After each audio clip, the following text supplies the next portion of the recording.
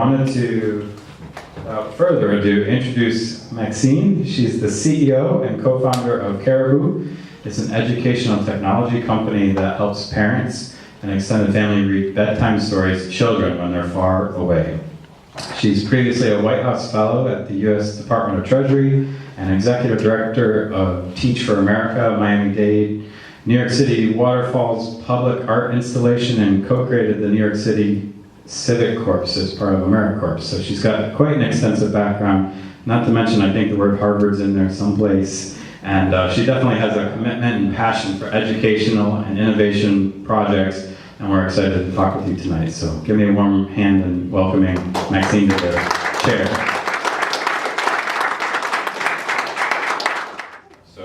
So how do you think we would handle it if we could instantly switch it from 1% to 20%? What would we do with all that extra 19%, and where would it go, and how would it help Caribu and everybody else?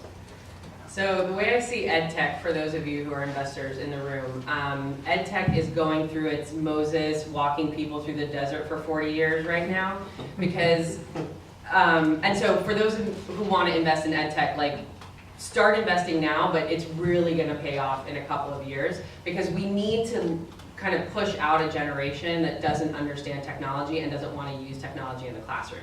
The people who are teaching our kids right now, a lot of them are not digital natives, and so they don't actually think about if you had done your profession for 20 years and then all of a sudden someone walked in and said, actually, you need to use technology to do everything that you do, and you need to completely learn it this way. It's hard, and I completely understand where a lot of people are coming from on this, but it also is necessary. It's one of those things. It's like moving to the metric system. It's painful, and that's why we haven't done it. But I think that EdTech is something that is going to become something that will be 20% of the budget very soon, because we're realizing that our kids are digital natives and they're actually pulling it from the system.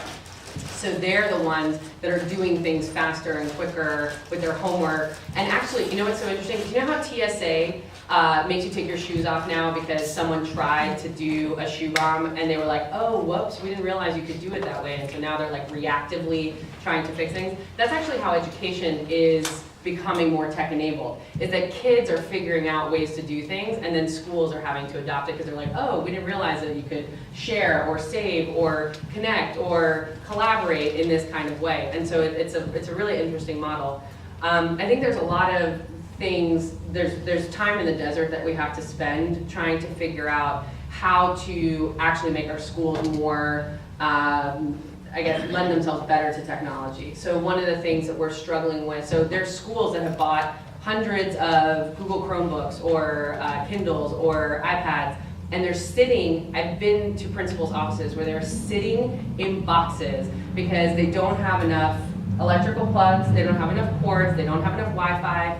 The district only has one IT person, and that person has to service the entire district. So there's all these things that need to kind of be fixed. That's why I'm saying, like, it's coming, but there's a little hump that we have to go over. But the schools actually, so it's the schools have to become more technologically enabled, and then the teachers have to have a mind shift. And so as we're bringing in new teachers, we're going to see it. But yeah, I mean, for 150 years, we've been doing this school thing. And the most upsetting thing, I don't know if you guys have seen this, but there was a school that they were taking it down, and they started like taking down the walls, and they actually found chalkboards from 100 years ago. And the most this should upset everybody. The things on that chalkboard looked as if they had been done this year in the classroom. Oh, wow. Like, that should be really upsetting to us, that our country is becoming completely non-competitive because we are teaching our kids the same thing that we taught them 100 years ago, and we're teaching it in the same way, where the skills that are needed to do the jobs that are going to come that we haven't even invented yet in 5 years, we're not teaching those. So.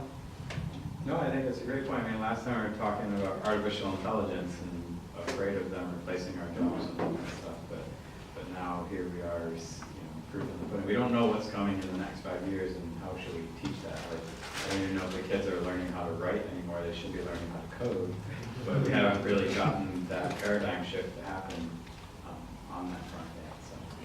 So, I was reading a really fascinating article on Coursera and some of these other online education things, and I sort of see it as this paradigm shift of the push versus the pull, in the sense that now I feel like the people in school should be watching the lecture at home on the video as homework, and then coming into class and learning how to do in the classroom instead of the current way that I think it's still done in your average school on that front. So how do you see companies like yours or others disrupting that model and flipping it upside down?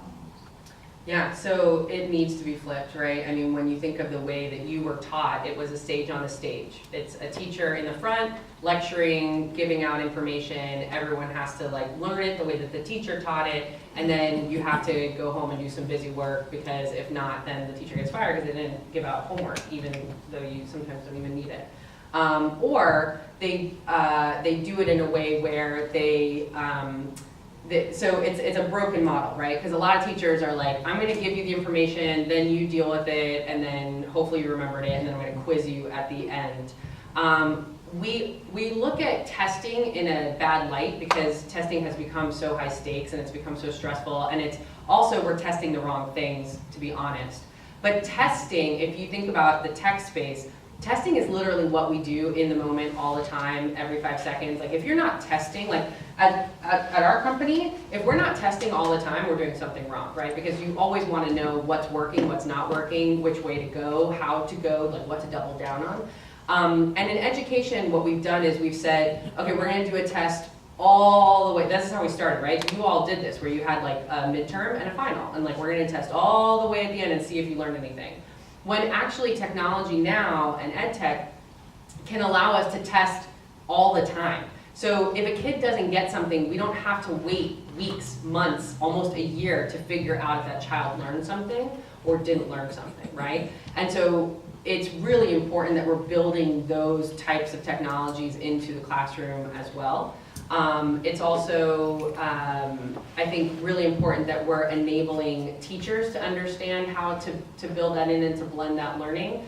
I think the best systems out there, for those of you who are looking for interesting ed tech, is blended learning. So things that are personalizing the learning, things that are taking in where the child is and then giving them what they need next. There's a great program called New Classrooms that was started by, I think he was from Fort Lauderdale, Miami or Fort Lauderdale, Joel Rose, who used to work up in New York City. And the whole idea is the child comes in, gets a playlist of what they're supposed to do that day, and that playlist is constantly iterating and figuring out, okay, so you're going through fractions. If you're not understanding fractions, is it because you don't understand multiplication, or is it because you don't understand division? You don't understand multiplication. Okay, we're going to go back a lesson. We're going to teach you multiplication. We're going to test you again. It's not working. Okay, you're going to go and meet with a teacher who's going to do a small group lesson. Then you're going to meet with a peer, and a fourth grader is going to teach a third grader how to do multiplication. And then you're going to come back and you're going to test again. And then you're going to either accelerate or remediate again. And so we need more technology and more programs. Like, that's how we should be educating kids. And it should be personalized. Yeah, customizing. Why are we batch processing our kids? I don't understand. It's 2017. Well, it's a great segue into, all these standardized tests are we have to get this certain score on SAT and all that kind of stuff. How do you, I think Caribu is a great example of this, but how do we make more use of creativity? What was your thoughts on that? Yeah, so great segue into what we do at Caribu. So I haven't told you. So we help parents, extended family, and mentors read and draw with kids when they're not in the same location. So think FaceTime meets Kindle. We have a video call plus an e-reader all together on a shared screen so that you and the child can interact, you can help them learn, you can course correct, you can also do dialogic reading, which means that you're reading and asking questions at the same time, creating more elaboration, more description, which is what actually between 0 and 7 helps kids build vocabulary, understand what the words are, help them understand what the sentences mean. And we also have educational workbooks that you can draw on, which is really fun. And a whole workbook where you can just free draw, which is very entertaining when sometimes you just need to kind of sit back and just draw for a little bit. The design of that is, again, to be interactive, to build creativity, to have a kid be able to kind of navigate their own. We always think like draw outside the box and color outside of the lines, that's creativity. And this is what we're trying to encourage. And I think it's technically in a box. Yes, that's fair.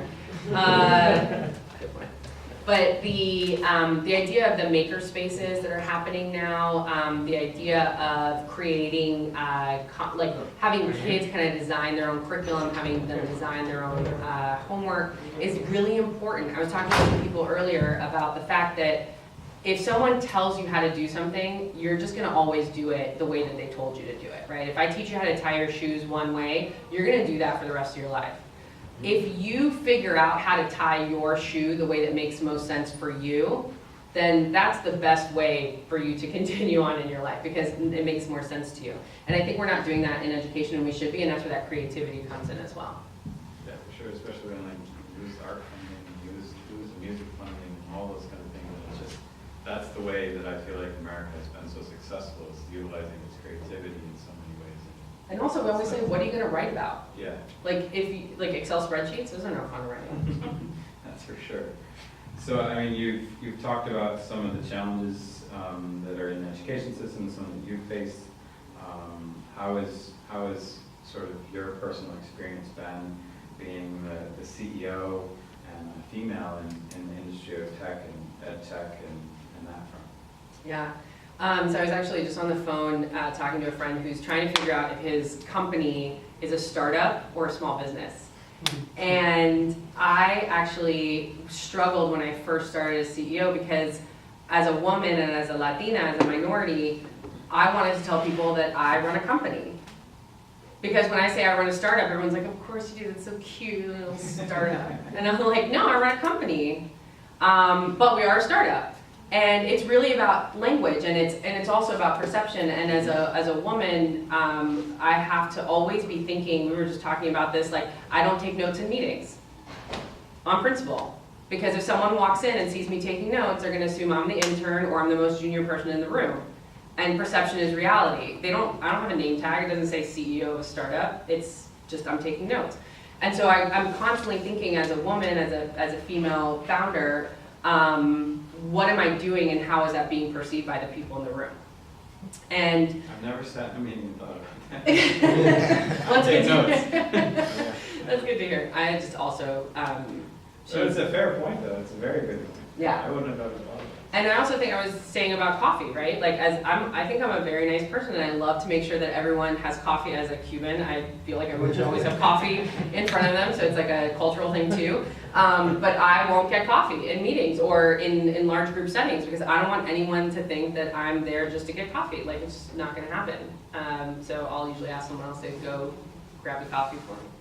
And then I think that it's also interesting. We're at a time where being a female founder is something people are looking for. I think previously it was a hindrance. It was something where I've heard so many horror stories of friends who have been waiting in the lobby for a meeting with a VC and they keep ignoring her because they think she's, waiting to apply for the assistant job, or she's someone's wife or girlfriend who's waiting in the lobby. I've heard these horror stories. Thank God I have not felt them myself, but there's actually a lot more attention now on trying to find female founders. So first of all, the research is showing that our returns are better if you have a female founder on the team, just so everyone knows, in case you're an investor. I sent out, 6 newsletters asking for female founders to apply for this month's Female Founder Month, and it took me forever just to find you, so thank you. Yeah. There aren't enough out there applying to just come and speak.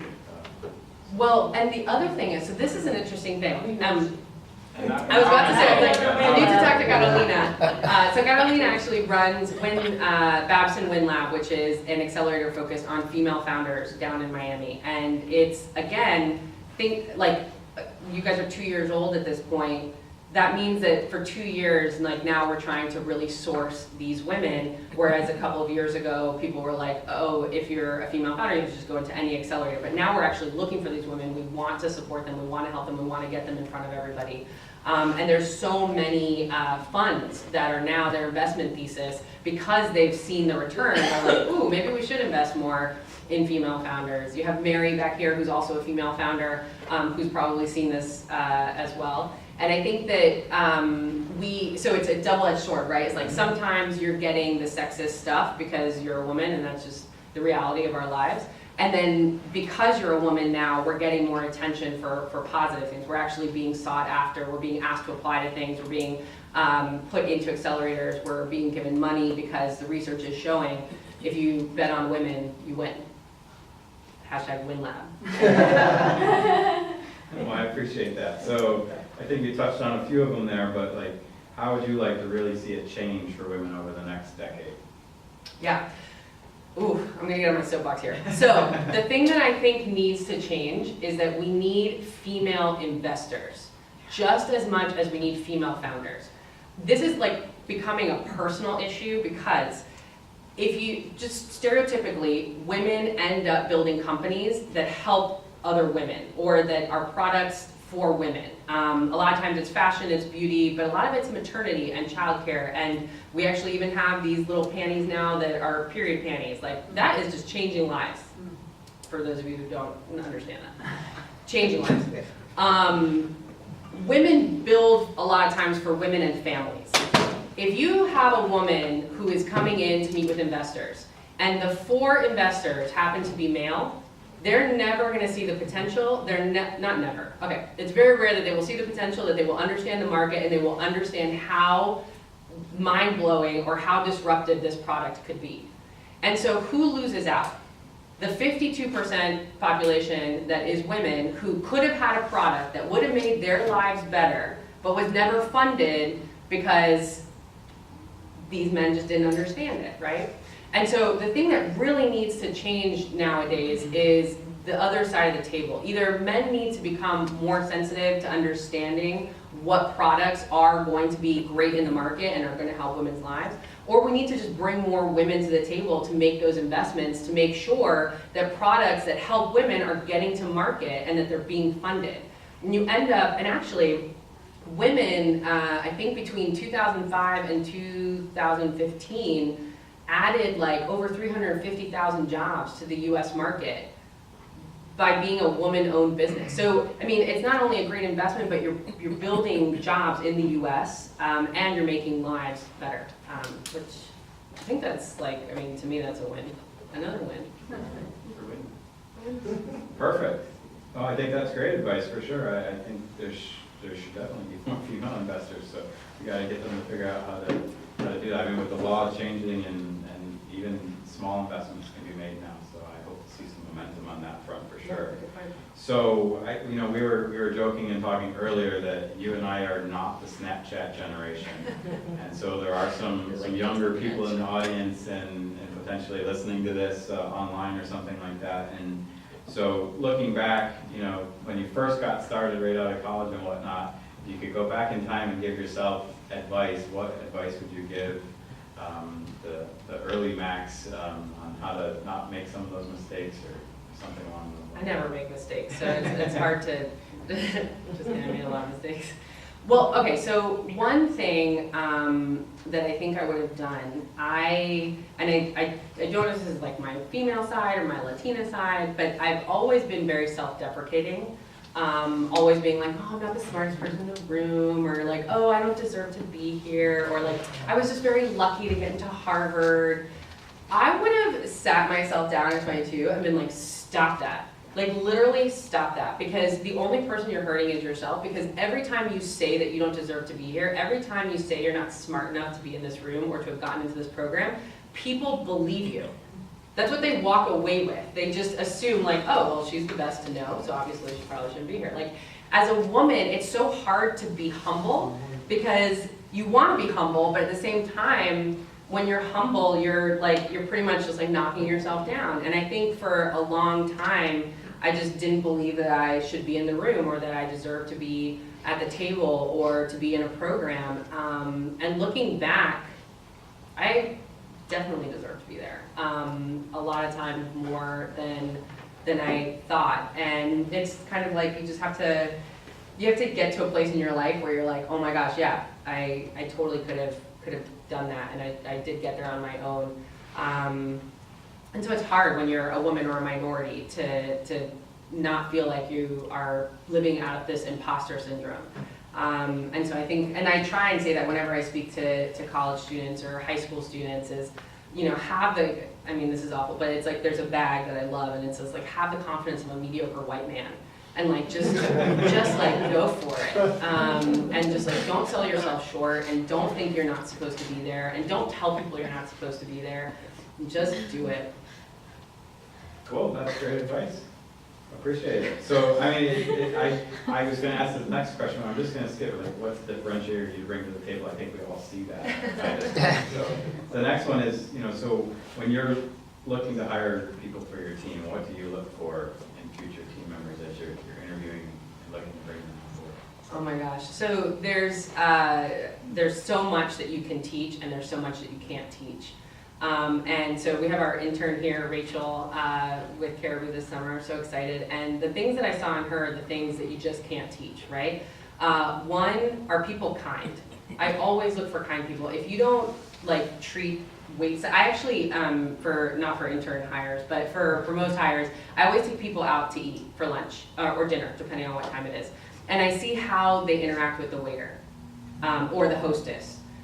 For me, that is the number one. You can't fake that and you can't teach that, I think. And so I'm always looking, how are they treating someone if they send something back or if they're asking a question about something.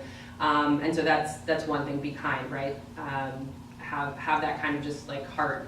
And then the second thing is this like grit and hunger. I always look for someone who wants more, wants to take on more opportunity, wants a challenge. Like you can't teach it. Like you can't teach someone to want Hunger. more. Yeah, that hunger is like that. It's just part of who you are. And so I always look for that. And then the third thing I always look for is, can they accept feedback? Like if you cannot accept feedback, you cannot be in my organization, because I think feedback is a gift. And I'm going to give you that gift because I want you to grow and I want you to be better. I want to work for you one day. And you're working for me at this point, and I'm seeing things and I've seen other things in the world, and I want to help you grow and learn. So actually in my interview process, feel free to steal this. I always do 2 role plays. Role plays are super awkward and they're horrible for everybody, me included, but I still do them. So you always do one role play where you know that the person's gonna mess up because they don't have a lot of information. So like maybe it's about your organization or it's something very specific that they could never know. So you give them that role play, you see how they interact with you, and then you ask them first, how do you think that went? Because that shows self-awareness. If it went horribly and they're like, well, I think I did a great job, then you're like, well, that's telling. But if they're able to self-reflect and figure out where they might have made a mistake or where they didn't understand something, that self-awareness is huge. You're going to get that from that. Then you tell them. Did you have to take that into consideration, that time crunch? 2 exhausted parents coming home and now taking care of baby? Well, and if you did, what did you do about it? Like, how did you study that? What attributes did you embed into the design? Yeah. So our app is great for a couple of family structures or family, I guess, lifestyles that are around today, right? So if you think about it, 2 parents are working outside of the home and there's a third person taking care of the child, whether that be a family member or someone that you've hired. Now there's 3 adults that child can use to learn more words, right? So we did think about that. Also, our app requires 2 adults usually, or once the child gets older, they can kind of read on their own and enter into Caribu and make a call on their own. But we did think about a parent that works late. There's a lot of women who are traveling for work, working late, who still want to read a bedtime story to their child, can do that with a nanny or with a grandparent that's at home, or with another parent that's at home. So we've always kind of thought about that idea of someone's not at home, right? We think about grandparents, so grandparents have become a lot more important now that a lot of parents are both working outside the home. And so grandparents, even if they work, live down the street, can still be part of that system and part of Caribu. And we actually, when we think about downloads, we always think about our viral rate as like a 1.5, because there's always going to be at least 2, sometimes 3 parents or grandparents or guardians or someone that's involved. When we expand now into the literacy piece, we're going to now have maybe 4 adults in that child's life, right? So a reading coach or a mentor or a teacher who also wants to use Caribu to make sure that child's getting their daily reading diet. We also think of military, active duty military, so people who are gone for 6 months at a time, legally separated parents, so parents who are kind of, a kid has 2 homes, and that's actually one of the things. We have over 200 books on our platform with 6 different languages and educational workbooks, so there's a ton of stuff to do. If you think about lugging 200 books from mom's house to dad's house to other mom's house to other dad's house, whatever it is, it's not feasible. And so what Caribu helps with is the fact that those 200 books are available to you all the time, no matter where you are. And what we also saw, the reason we built the app is because we saw a soldier trying to read a book on his shoulder through a webcam to his daughter. And we were like, no, unacceptable. It's painful for him, the kid can't see the book, no one's having a good experience, right? And so for us, that actually was the kind of catalyst for why we thought we could do it better and have everything together on a shared screen. It's all in real time. So every time you turn a page, the kid sees it, the adult sees it, so it's a really great experience for people that are not together. So, do you use the app with any of your family, like children, nieces, who? So I use it with my friend's kids. So I'm at an age where I don't have children, I just have the dog. She is my child. But the kind of age group that I'm in is everyone is literally having babies around me. And so I actually use my product to speak to my friends' kids. And there's one kid that I read a lot with, his name is Asher. And he is he's just hilarious. He used to be a struggling reader. His mom said he hated to read. He didn't enjoy reading at all. And now with Caribu, his mother-in-law in Las Vegas reads to him, I read to him. So we've all kind of joined forces to make reading fun and interactive. And he's all of a sudden loving reading and excited about reading and excited about connecting with us. I've become kind of like an auntie of the family. So How old is he? he's 7. Yeah, so he's about to age out. But because he's a struggling reader, he's probably going to stay on our product a little bit longer. That's one of the things that we found, and back to your point, right? So many kids are not reading on grade level that the product actually is becoming a little bit past 7 years old because so many kids still need that instruction. Yeah. So, what types of books do you offer? And the reason I ask is because you hear in the media so much today about we're not graduating enough STEM people. And I think it's never too early to start talking about science and math. Absolutely. We don't have any math books. We have some numbers books in our. Oh, we have one. Sorry. Thank you. She's actually doing our whole bookshelf. And actually, one of the things that Rachel's doing this summer is actually diversifying our stories. So as important as STEM, whatever we're calling it today is, it's also really important that our kids see themselves in our books. We usually don't have stories for kids that either have two lesbian parents, 2 gay parents. We don't have adoption stories. We don't have kids who are black, who are brown, who are Asian, right? There's all of these different types of families and diverse stories that we need to tell our kids so they can see themselves in those stories and understand that they're not alone. So that's one important thing that we've been focused on. And then math, we see that as a future piece of our product roadmap. So our technology, we want to license it to language learning and tutoring companies because it's just that makes sense, right? A video call on a shared screen, especially to help with math problems. But it's not something we have yet. We upload our own books, but we don't have the ability for users to upload their own content. And once we do, then we can do more. I think it would lend itself better to word problems.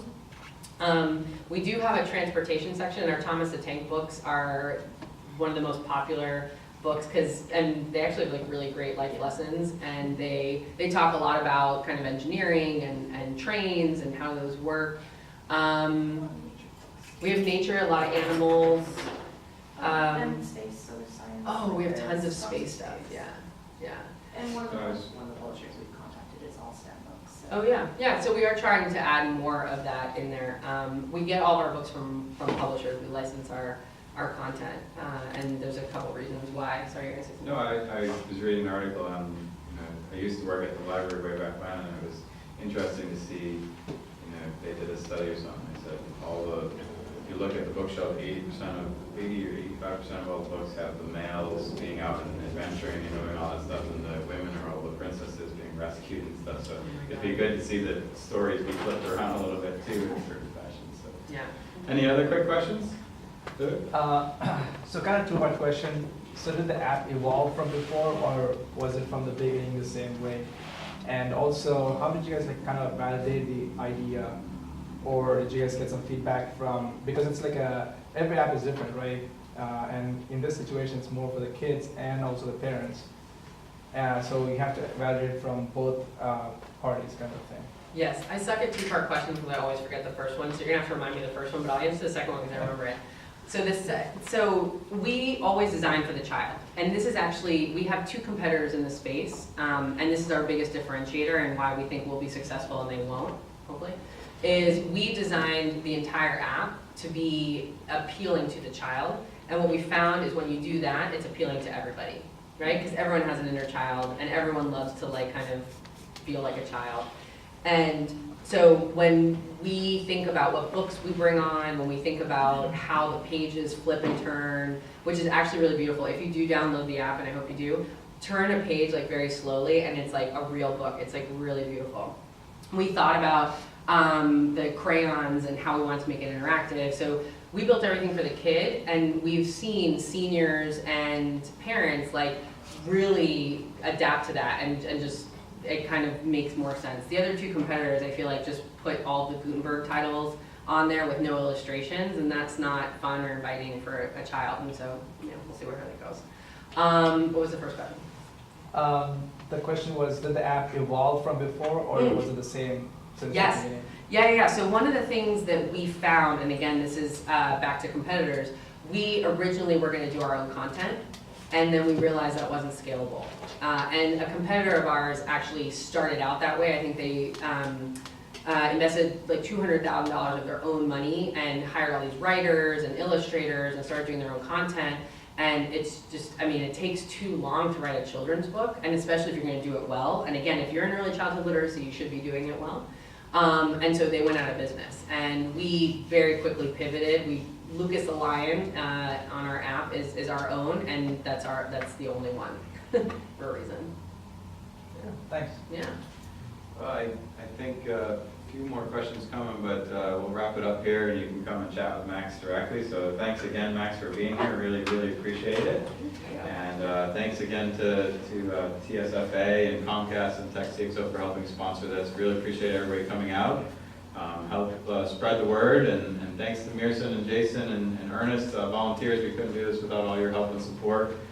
So stick around and grab another drink if you want to chat a little bit, and don't forget June 27th, we're going to be talking e-commerce with two more female founders, actually, e-commerce with luxury goods, so it'll be a good chat. So thanks again for coming. Thanks.